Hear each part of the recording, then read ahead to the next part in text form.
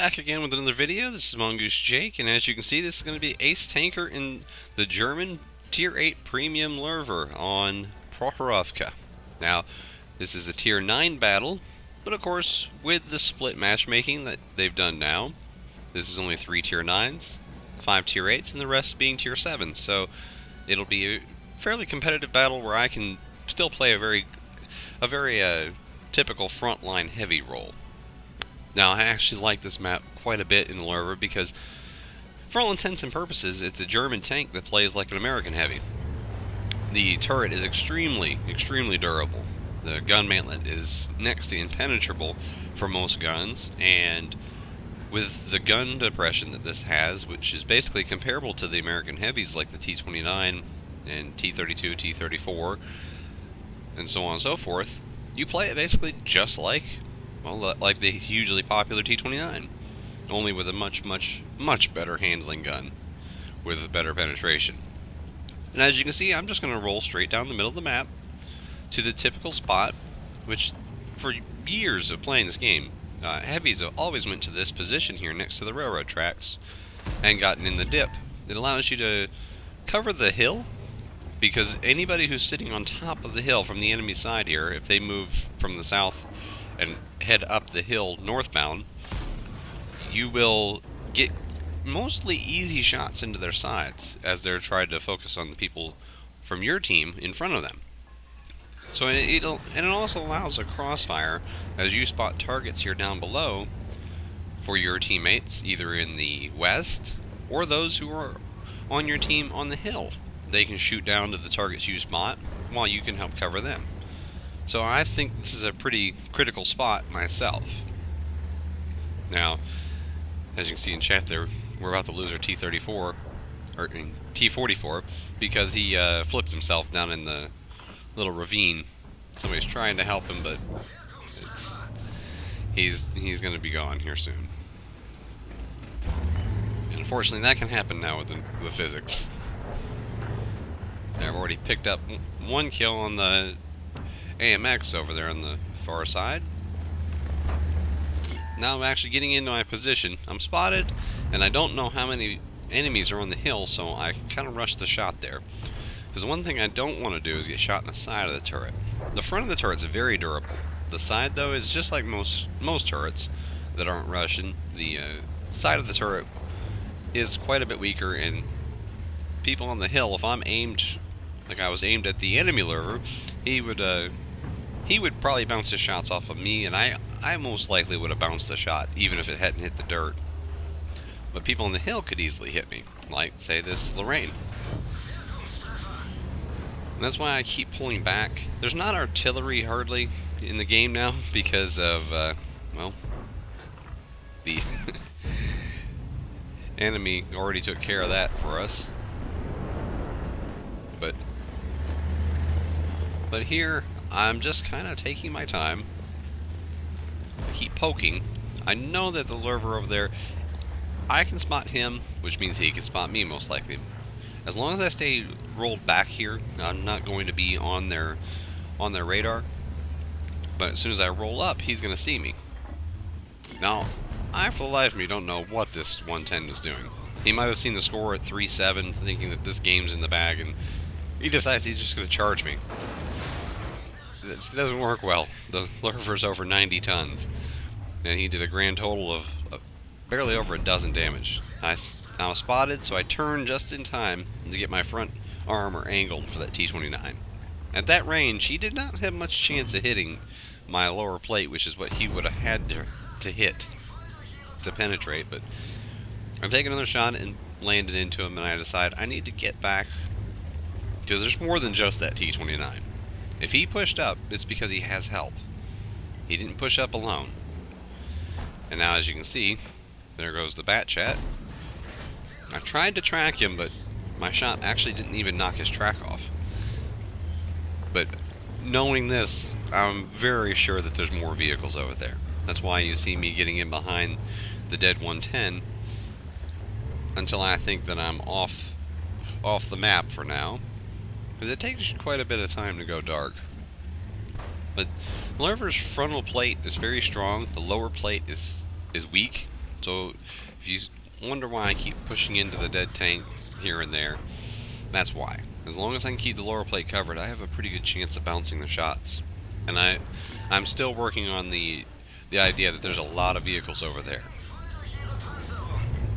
I was actually able to track the Lorraine and get some assistance damage there out of that. But I'm still suspecting their Swedish tank destroyer, he's going to be over there, the STRV.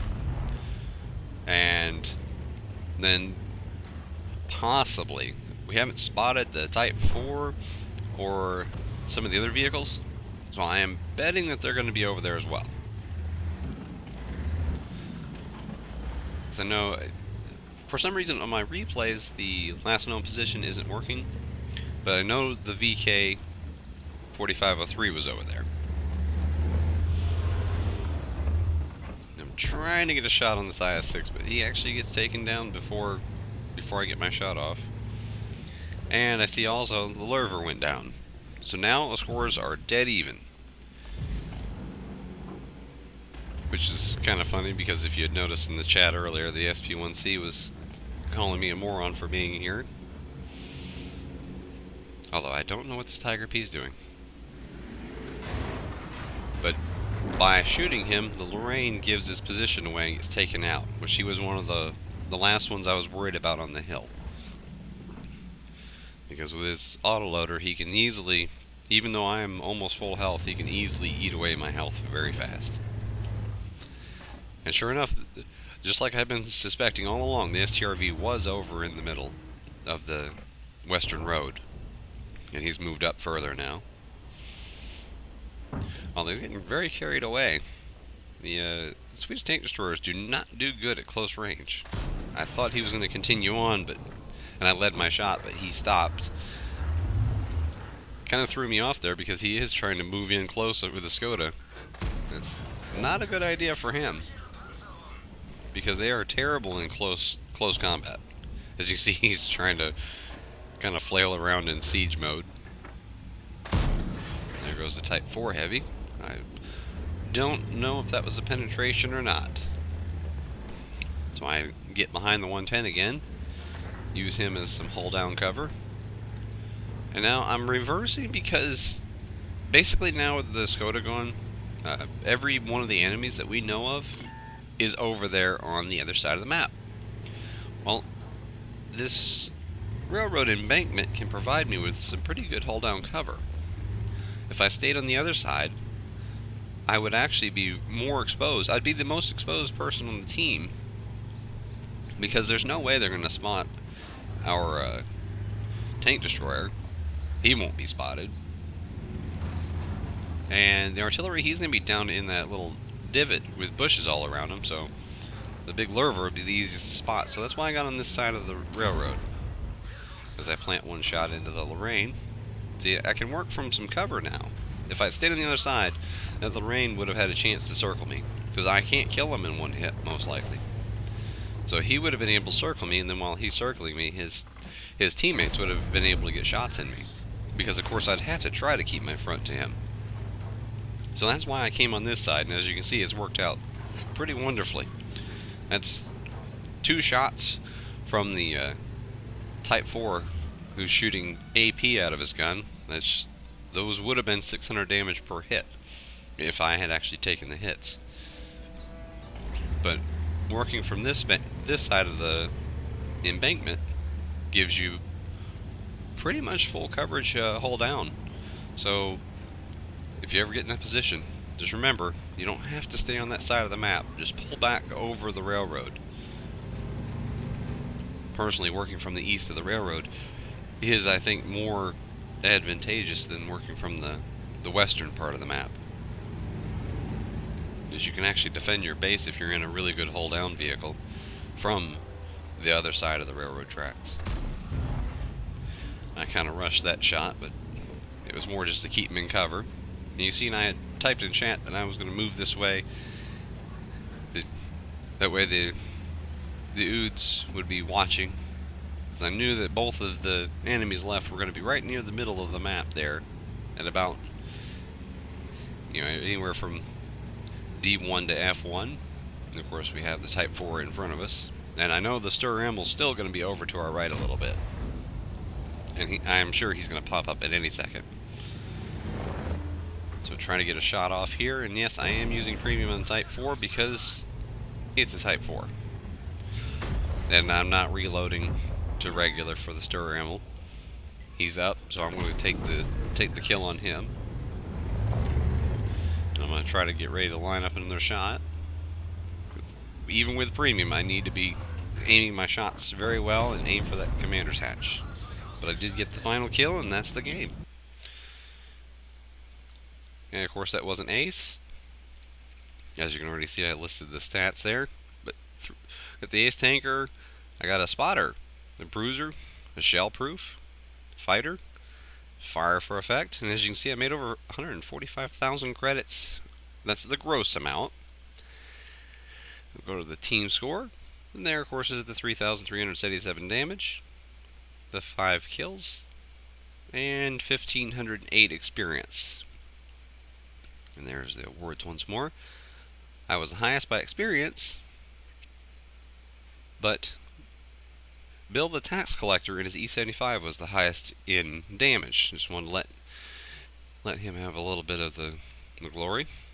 And the tractor pilot in the Skoda T50 also did quite a bit there. And I did fire 23 shots, lots of blind shots that missed, 16 hits, and 14 of the hits penetrated. And there's the bounces off of me for 2,530 damage blocked. And I actually got 3,290 assistance damage. And still took home over 109,000 credits. Want to say thanks for watching. GAJohnnie from the North American forums had requested this and just wanted to give him a little shout out. But if you enjoyed it, leave a comment, give it a thumbs up, and subscribe for more.